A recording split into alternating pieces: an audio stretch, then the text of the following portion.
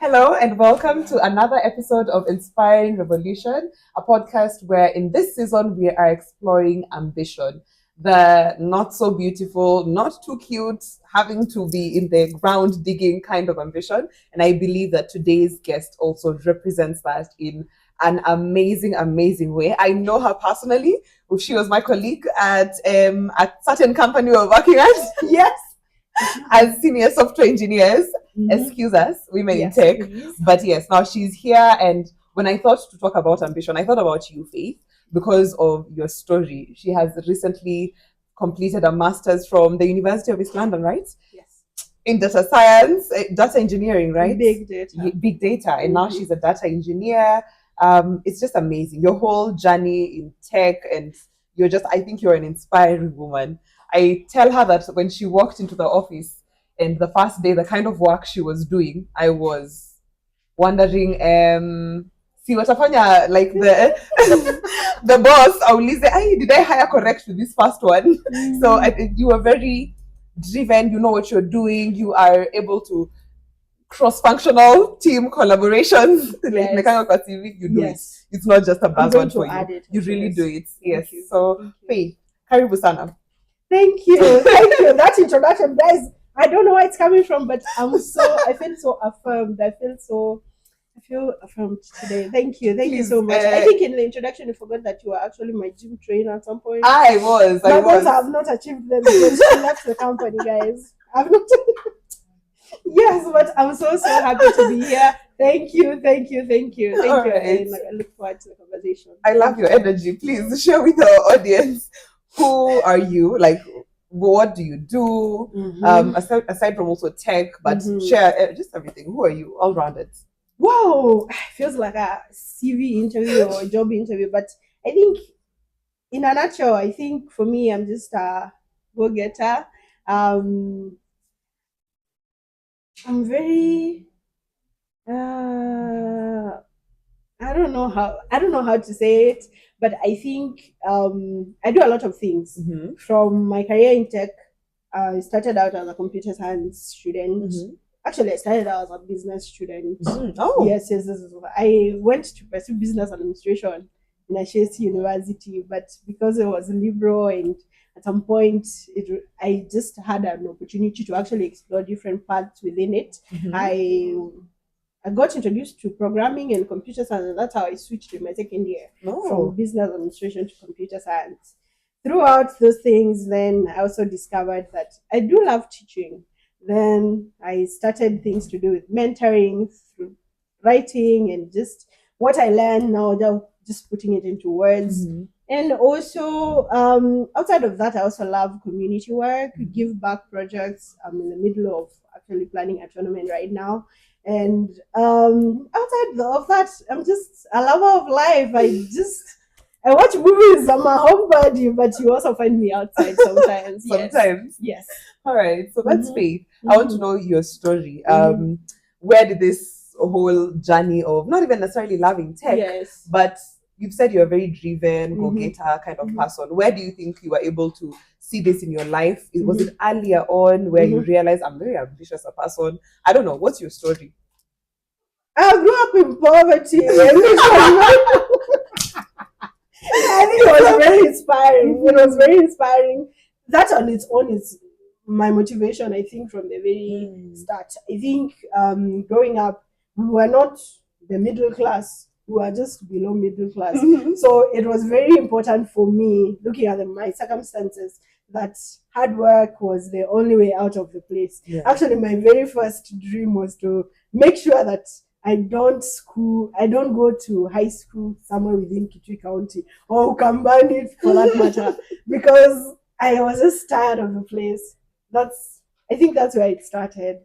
So when I was applying for high schools, I made sure that all the high schools I was applying for were either within Nairobi or beyond Nairobi. I couldn't care. I could even go to Kisumu, but I would be fine as long as I've achieved that goal. So I don't know, from the get-go, I realized that yes, education was important because I saw my cousin do it and they were doing well, and there was a lot of transformation in their family. And I was like, yeah, I have to do this as well. So that's how I got myself out of my home area. After Okay. that, I only went to visit like once in a while during school holidays.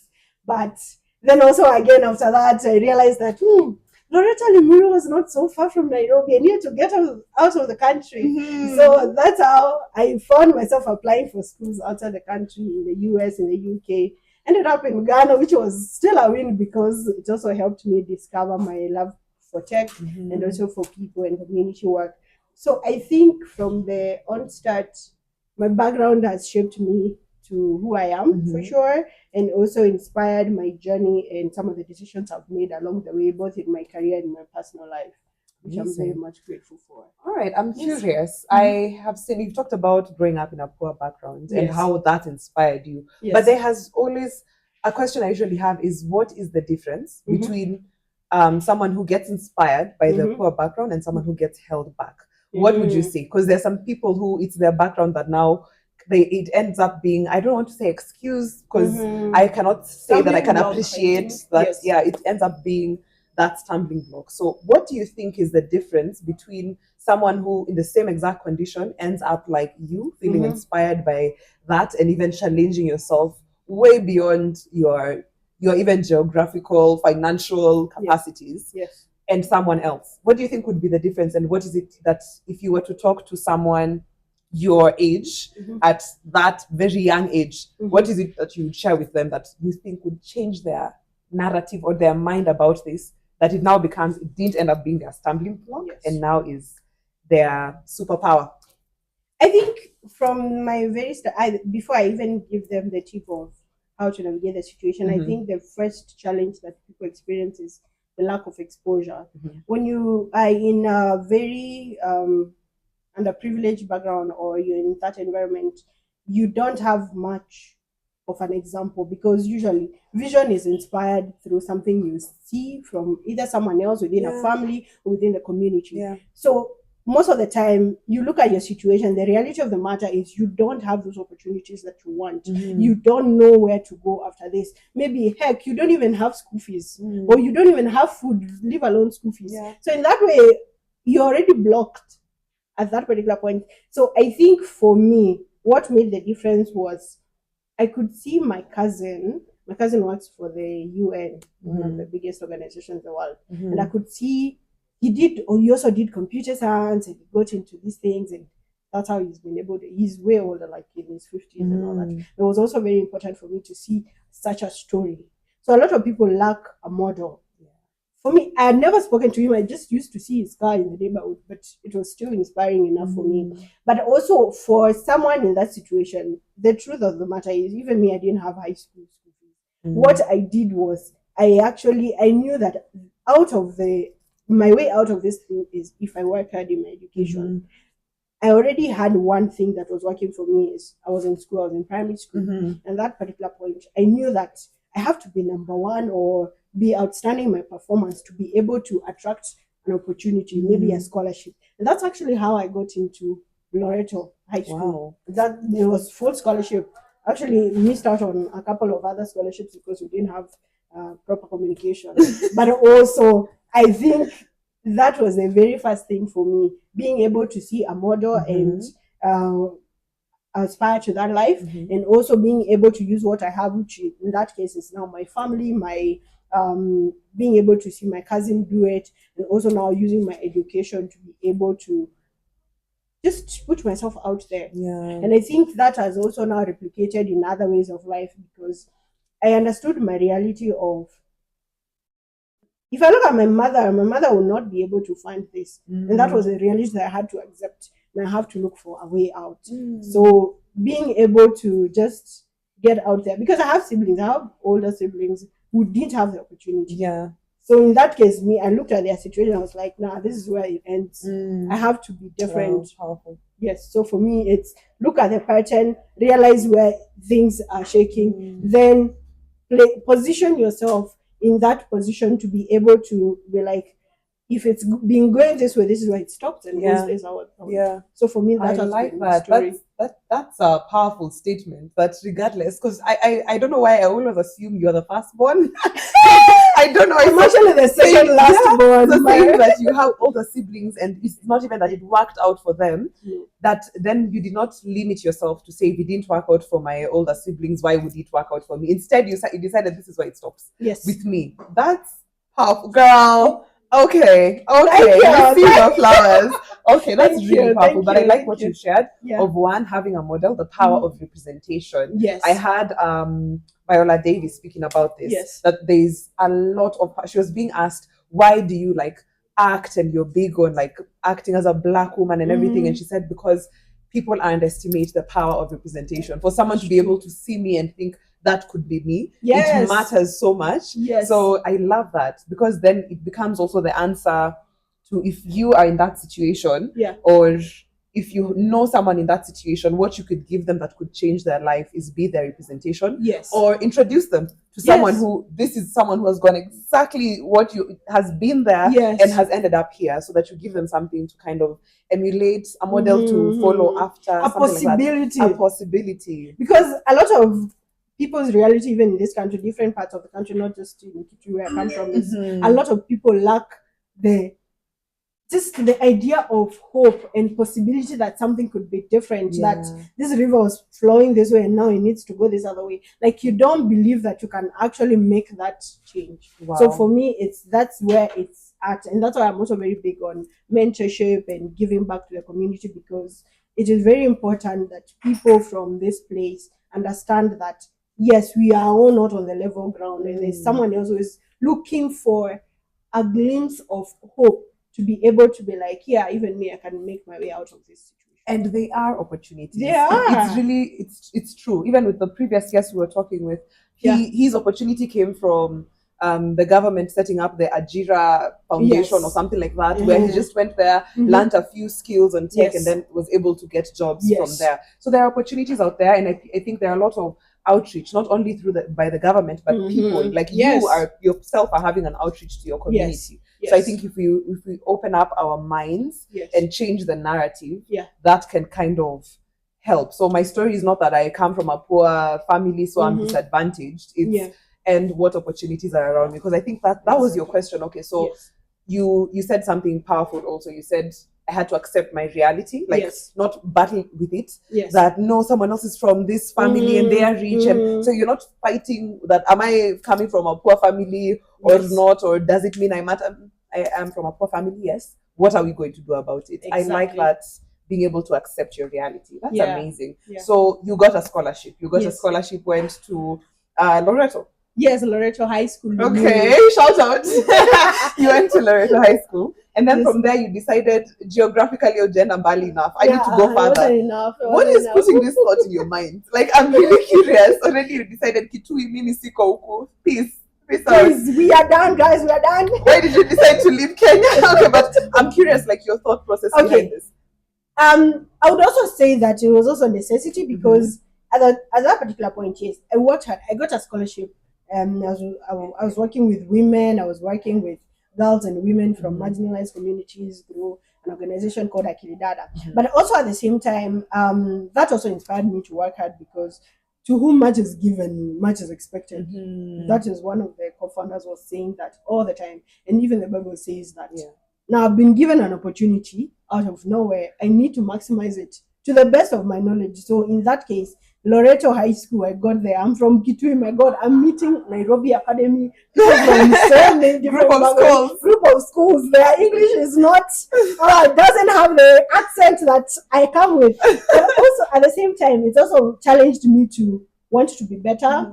And at the same time, when I worked, I made sure that I worked hard to be able to get an A, so that I know at that particular point, if government does not help me with the loan, I'm able to also secure a scholarship outside. So I had the wealth of information from different sources, from my organization and other students in the school. So that made me realize that I just didn't have to dream within Kenya. I could dream outside. So the possibilities are just being expanded. So in that case, I realized that I read these things in the map. I need to be able to get to the UK. I need to be able to get to Canada, US, outside this country. So it was more of me now looking out for myself. And I'm like, with all these opportunities that I've gotten, because so many people are not not really privy to this, then let me get it. So I started looking out for scholarships through the help of the organization. Then also I realized that still within that I needed to do a lot of community work, which really also now that's where my community work started, because I was like, I've done all that and I need to go back and show that I actually, it's not like I want to leave my community. Yeah. I need to also go back and inspire someone else and give back. So I did a lot of community work during the holidays. I would go. Even yesterday, the other day, I went to the village and I realized that one of the secondary schools that was there, some of the trees, I'm the one who planted them actually. Yes, because I planted them in 2014, 2013. Wow. Yes. And looking back, I realized that, yeah, it's through those projects I was able to get the scholarship, because I've got a MasterCard scholarship to study in Ghana, in Ashes University. The reason why I stopped pursuing the US university was because MasterCard Foundation is one of the biggest funders in the world. Yeah. I mean, if you get a MasterCard scholarship, that should be on your CV. Yeah. It is there up to date. Please, it's there. MasterCard Foundation. I love it. Yes. So for me, it was very important for me to give back to the community, yes, but also to maximize all the opportunities I got, because that was a very golden opportunity. That scholarship really one of the best blessings ever. I like that. So it's like for you, you also, I think you are very in tune with every season you're in. Yes. Because even when we're asking the question of accepting the reality, when you're saying I had to accept my reality, that's a very in tune word. Like I am very grounded where I am. Yes. And then here, when now you got a scholarship and you get these opportunities, you also were in tune to realize that they are privileges that you have. Yes. So you accepted and owned your privilege and then decided, okay, what am I going to do with it? That is very inspiring, girl. I'm so glad I called you into this podcast for myself, guys. This is also for myself. You need to know people. I know someone who got the MasterCard Foundation a reference. Yeah. Say MasterCard Foundation, whatever. Oh my God, no. So that's amazing. My other my leading question still, and I think you keep answering them as we're going, is ambition versus money. I think you're already in so many ways your story answers that. But there's that big gap of I want to do this, I want to start my own business, or I want to become this and this, or I want to go to school in Nairobi or abroad, but you don't have the resources. When there's that big gap, how do you feel is advice to give someone who they feel that is their stumbling block, or that is like their gap, and they are trying to figure it out? Okay, so I won't speak from a place of maybe scholarship, because that is something that you apply for and you get. Of course, you identify the opportunity you want, and I'm a fan of shoot your shot everywhere you can. Shoot it. Yes. So if you get access to all these programs that offer these things and apply, yes. But one of the things that has come to me as far as my ambition is concerned, straight out of university now, I've graduated. I'm almost graduating with a computer science degree. I don't know anyone in Kenya that can help me find a job. I'm now trying to figure out, should I go back to Kenya? Should I stay in Ghana? What else now can I pursue in this case? And I started taking advantage of the opportunities that were in the school to look for companies that are hiring, and that's how I got my first job. There was a company that came to school. I pitched myself there, told them, yo, I'm here, I'm looking for a job. I'm not yet graduated, but I'll graduate in June. Can I start with you guys? And that's how I got my first job. It wasn't like the best paying job, but it was also like a very important opportunity, because I got to work with companies like World Bank on different projects, and just was a tech consultant. I was working as an associate software engineer. That was like one of the opportunities that made me realize that it would have been comfortable for me to come back to Kenya, and because I know a couple of people, maybe I'll tarmac a little and maybe find a job, and maybe I will stay in my brother's house or my sister's house and be fine. But at some point I was homeless. I was homeless in Ghana. In another country. Yes, I was homeless. I was homeless in Ghana because at some point, Ghana, the rent situation is not like in Kenya where you pay per month. Oh, really? Yes. You pay in 6 months, 1 year, or 2 years in advance. So when you say So I'm straight out of university. Actually, I used to stay on campus. I don't have a bed. I don't have a mattress. I don't have anything. Yeah. Basically, I have my suitcase that I just graduated with. And I'm supposed to get out there. I stayed in hostels, and when schools open, students come back, and now I need to find another place. That's how I found myself homeless. But that wasn't a comfortable situation, because I realized that in that point, I need to suffer a little for sure, because I knew that this opportunity and experience I was getting at this company, like, something had to give. Yeah. So that was my discomfort aspect. I didn't have the money, so I would hope from one house to another, because just anyone who could accept 3 months or 6 months, because that's all the money I had. I didn't have anyone to give me extra funding. So in that case, I stayed in the discomfort of that, knowing that in this case now there's just basically just being able to know this is what I'm getting, this is what is given, just a trade-off acceptance. But then also later on in my career, I realized that there are a lot of opportunities that have come my way out of the small sacrifices that I did along the way. But also now coming back to, for example, if you're someone now who's trying to figure out, I can't fund this and I need this. I always talk from a place of, you always have something. You always have something. You are told that you can either earn from your skill, offering it to someone. You can teach your skill and get an extra income from it. And then you can also now figure out, who can I help along the way, so that you can help me bridge the gap and get to where I want. So for my case, I realized that when I wanted to do my master's, for example, I couldn't get a scholarship because I didn't want to get out of Kenya. I realized I had already a career that was progressing nicely, and taking a break to go to do my master's would also derail me.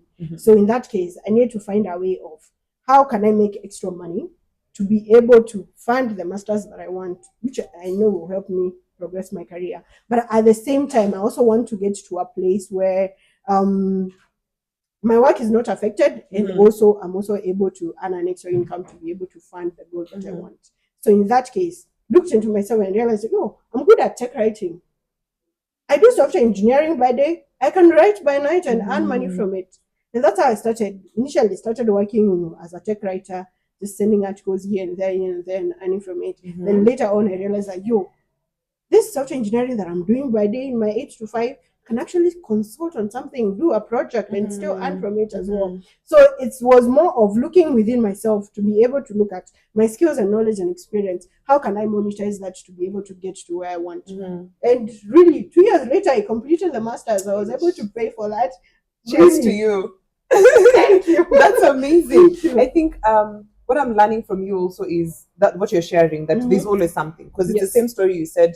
When you're in Kitui thinking, this ends with me. Yes. You literally looked, what do I have? I might be from a background, I might have this and this, but I have an education right now. I'm in school, so let me make sure to get something from it. So you decided, this small thing that I have, I must force it. It must work for me, because there's a reason you have it. That's amazing. My other question then to you is, you mentioned that what also helped you to even get your scholarship in Ghana is the wealth of resources, of information that you had. Where, how did you actually get like this information? Where can someone, is it like a research thing? Do you feel that maybe it's something you're skilled in, research, or is it the type of people you surround yourself with? How can someone be able to better themselves with giving themselves a wealth of information, so that when it's time to take action, they're able to take the action? They always say that information is power, your network is your net worth. Nothing will come knocking into your door. You have to step out, open the door, get out, and find it for sure. So for me, I would say that if you're in such a situation, you're looking for an opportunity, you're looking for, maybe you know what you want, maybe you're looking for funding for a startup, you have an idea that you need to go after. In that case, then there are a lot of actually opportunities. Like right now, in the age of internet, and I'm talking to people now that have access to smartphones, there are a lot of smartphone access in Kenya right now, with through loans and lipa pole pole and all that kind of thing. Don't just use that as just a social media thing scrolling. Find out, there's something called ChatGPT, there's something called AI. How can I take advantage of those things? And also, I think at the bottom of everything, at the core of it, or you need to be curious about the things you're interested in, because you won't tell me that you're interested in startup funding and I'm not seeing you in an event about startups, or you have LinkedIn, you're not reaching out to people. And I know there's a lot of people who struggle with reaching out to other people, but me, I'm like, shame and chasing your dreams will not go together. Because right now, if I'm so worried about how you perceive me, then I'll never get what I want from you. Yeah. So send that cold email, send it to someone who works in that company and you want to work with them. For me, I even have templates of, if I want to work at Microsoft, this is what I'll send to someone who works at Microsoft. I just usually just switch the name and what I send. I mean, when I wake up and send 5 emails, no one is going to question me about that, because I know what I want. I don't care how you perceive me, but I've put myself out there. Yeah. So I think usually people are, where is this information? Information is everywhere. Information is everywhere. Talk to people. I think also I've also been blessed with having friends around me. Like the other day when we were talking about my tournament give back, and you mentioned that company that could actually help, and I was like, I've never thought about this, and we were here struggling to raise funds, but now I can talk to you about something. So even within your network of friends, like for me, I feel like I have friends for good time, I have friends for corporate, I also have friends that we can do business together, but also at the same time I also have friends who are all rounded. So it is very important for you to surround yourself with people that you share the same core values with, and people that actually can point you to the right direction, because without that you'll also be lost, because there was an opportunity and someone didn't send it to your WhatsApp. How would you see it? So surround yourself with people who are intellectually curious and also kind enough to send opportunities to you. Generosity is key as a value. Yes, I love that. As a core value, generosity. Yes, as a core value. Oh, amazing. Amazing. Okay. That can become because for me, my bottleneck has been, yes, you want to talk about your dreams and you're sharing with people, but it's like you're never meeting the right people. Everyone you're telling doesn't care, never follows up. So that happens a lot. So I think you've been able to highlight on something else, because I was sharing with a friend of mine previously, and we were mentioning how core values are important. What are your core values? Someone else's core values, and it can help you know if you're aligning with the right people. So now you've mentioned generosity. Maybe that's something I should look out to. Am I speaking to people who have generosity as a core value? Am I surrounding myself with such people as well? Interesting. Interesting conversation. I love what you've talked about also on shame and building, going after your ambitions. They are not in the same WhatsApp group. They are not. I mean, we always say that success loves audacity. If you don't have audacity, my dear, where is success in your journey? Oh my gosh, how are you going to be successful if you're not going to love audacity? Okay. You've really challenged me. I'm about to go and send those cold emails. Please, let's do that. I hope that when you watch this, immediately, even before you finish, watch as you're writing the email, reaching out to whoever we are doing it today. Thank you so much for that. I think I had one more question. Let's go with the wind. What question did I have? Oh, you mentioned that you reach out. Usually reach out to people and you talk to them. So how do you get comfortable? Or I don't know. Is it something is it a skill that you need to just work and the muscle will now grow because you're working it? But how do you get comfortable also with rejections? Like for all those reaching out you do, I'm pretty sure you probably have more than 50%. A lot. 80%. I wake up to, unfortunately, we pursued another candidate. So how do you deal with that? Because I think it's something that really brings people down, especially people looking for jobs, looking for opportunities. You're a startup looking for funding. You meet 100 rejections and it's like every day it's eating away at your dream. How do you make sure that the rejections are not eating away at your ambition? I think it's for me, the Lulu is a Lulu. Also, that's the first point. Please be delusional. Be delusional, because at the same, I'm like, you missed out. You missed out on my You're lost. You're lost. You're lost, because first of all, I think before you get to a point of accepting a rejection, you also need to take stock of what you have. Initially, I talked about your skills, your experience, and your knowledge on its own. And also just the add-ons of what you bring. It's not just like you can write code, you can push data here and clean up here. it's also something like, how do you do it? How do you work as a person? At the core of who I am and what I do in the workplace, it is very important that I build confidence within myself through my expertise. And the only way you can do that is actually through mastery. Because one of the things that for me is very important is, am I good at what I do? And am I in the areas that I'm liking, am I doing better? So that I can be able to take stock and be like, yo, this, I missed out this opportunity because this part I need to work on it. And that's why it's very important for you to ask for feedback in that instance. So be open to being found lacking as a human being, because you really can't know everything. But also my second thing is, and I was talking to a friend about this, is you don't need to drink from every cup of opportunity that is presented to you. The other day there was an opportunity that someone recommended me for me to curriculum develop for some certain school in the country, and also be able to teach that and everything. But then I was so excited at first. I was so excited because you know me, I'm a side hustle person. I'm like, please, please, please. But then I sat back and I was like, do I really need this job? I don't need this extra opportunity right now. I'm working on something in my current workplace. It's a big project. I'm learning a lot of things. We're doing some migrations to the cloud and back and those kind of things. And I'm also having to realize that I need to master a lot of things here to be able to be good at what I do here. And also just to be able to figure out that at this particular point in my career, I actually need to work on this and nurture it so that I can say, when people are being looked out for in the job, Faith can help with this project. Faith is your go-to person on this one. So mastering this particular and just giving myself to this particular opportunity just to be able to get better at it. And also now realizing that yes, there are a lot of opportunities that will come my way. There are those that I have to know how to reject them and maybe consider them in the future. And there are also opportunities that I'll apply for and I won't get in, but it's not a reflection of my own self-worth. If you apply for funding and you don't get it, doesn't mean that you're building a shitty product. Sorry. But also at the same time, you also realize that maybe you are not in alignment with this opportunity. So yes, you can go back and take stock and be like, I need to improve on this and this and this.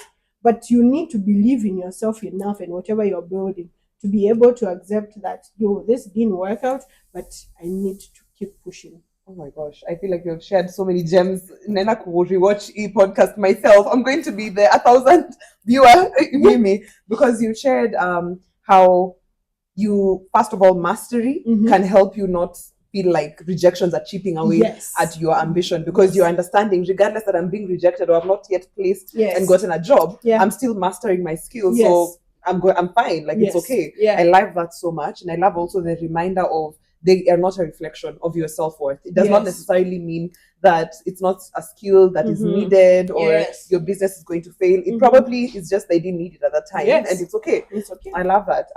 Now, final parting shot question, and maybe as you answer the question, give your parting shot so that we can call it an episode. Yes. My question to you is, you mentioned also reaching out, understanding how to monetize your skills, so that you can also do tech writing or software engineering consulting and things like that. How do you also, probably it's on the wealth of information thing, but how do you find the buyers, the client for the skill you're trying to monetize, whether it's for extra income or something, like for example, tech writing. How did you actually reach out to find the person who wants this skill on the other side of the table? How can you advise someone trying to understand, how do I get to my client? Yes. So for me, initially, I loved writing. Actually, when I switched to computer science, one of the ways I used to navigate was, I learned something about an algorithm, I go and write about it. Or if something was really difficult for me to understand, I write it for the next person. So in that way, I was creating open source information for such people. And there are so many other people within the space that actually do those things within different spaces. So there's always someone who's willing to teach something. Then I realized that people are actually earning from what I was doing for free. So how I found out was, I found myself in a Twitter space. And because of my Ghana, West African background, I have a lot of friends from Ghana, from Nigeria, from that kind of world. And those people are very big on freelancing. Yeah. And that's how I found myself in circles of people who are actually doing that for money. And I reached out. So there's something called B2B. I don't have to approach a client directly. I can approach a company and the company will link me to a client. Oh, okay, that's something. I note that and I start listing them. And I've realized that Pinterest now, I use Pinterest to look for clients, to look for opportunities. Yes! What? Yes! Pinterest has a lot of resources actually on this is the companies that will pay you to, this is the companies that will make you do this. So I used that, but initially exposure is very important. I talked to people and found myself in circles of people who knew that, but also at the same time, find out whatever you're doing, how can I earn from this skill that I have outside of maybe 8 to 5, within 8 to 5, elsewhere. There's always someone who wants something from you. Because I've realized that right now you can be comfortable working 8 to 5. You can be comfortable with that, and there's really nothing wrong with it. Ambition is not necessarily about hustle culture. It's about being able to nitpick and figure out what one is in alignment with where I'm at. So don't go pursuing something because you've seen the next person doing it. Is it something that is within you? Do you have the capacity, first of all? Is that going to take away from your 8 to 5? And if it's within the 8 to 5, how can you better yourself to be able to stand somewhere? A lot of things, like I've seen a friend writing for Business Daily and they're earning money from it. And that is something that you have a wealth of knowledge, someone needs it. Sell it. So you need first of all to just learn to be confident in what you're offering, then learn how to sell it. That's it. Amazing. Yeah. Okay. I love what you've also said, because this is like the perfect parting shot, really, but I'll let you, like, if you have more. I like what you shared when you said ambition is not about hustle culture. Yes. Because I think people have termed it as this thing and becomes something draining instead of something that is a driving force. Yes. Yeah, amazing. All right, Faith, it's been amazing having you as a guest. Please give us a parting shot, 1, 2, 3, because you have like literally a wealth of knowledge inside that head. Thank you. I think for me, thank you first of all for having me. I'm so happy to be part of the Inspiring Revolution. Please, really very fan of your work and what you're doing. I love the consistency on social media, is very good. And also just to being able to see you in your software engineering element, you in your pageantry element, and balancing all that, and you're still like very an awesome human being. Thank you. Thank you so much for the opportunity. I'm very glad that I got this opportunity as well. I think for me, the end of everything, and maybe something that we haven't touched on, what I would say is to the audience, in everything else, in all of this, self-discipline is very important, and financial literacy is very important. Because one of the things that they won't tell you is you get the money, yes, but if you're not disciplined enough to be able to know this is where I can put my money right way, invest and everything, and this is how to balance between generosity and manipulation and all this kind of thing, is very, very important. So invest in yourself as a person. Are you reading books? Are you increasing your knowledge in other areas? But at the same time, what's your relationship with your God, and what's your belief system like? And at the same time, what's your relationship with your money? Because you earn it, it's going to come in plenty. But if you don't know how to put it in the right places, you'll be stuck in that loop of hustle culture, which is not what we want. We want to pick opportunities that we like and leave the ones that we don't like, or extend them to other people, and find fulfillment in our lives holistically. Thank you for having me. Amazing. And ambition is about that freedom. You don't want to get stuck into a loop of hustle culture. Thank you for sharing that. If you guys have found our amazing guest here to have something inspiring or something that you needed to learn, please share with someone else who needs it as well. As she said, generosity is one of our core values here now. So please share that information. And if you like this podcast, if you like what you've learned today, please make sure to actually subscribe. Stay tuned for more. Bye. Bye-bye.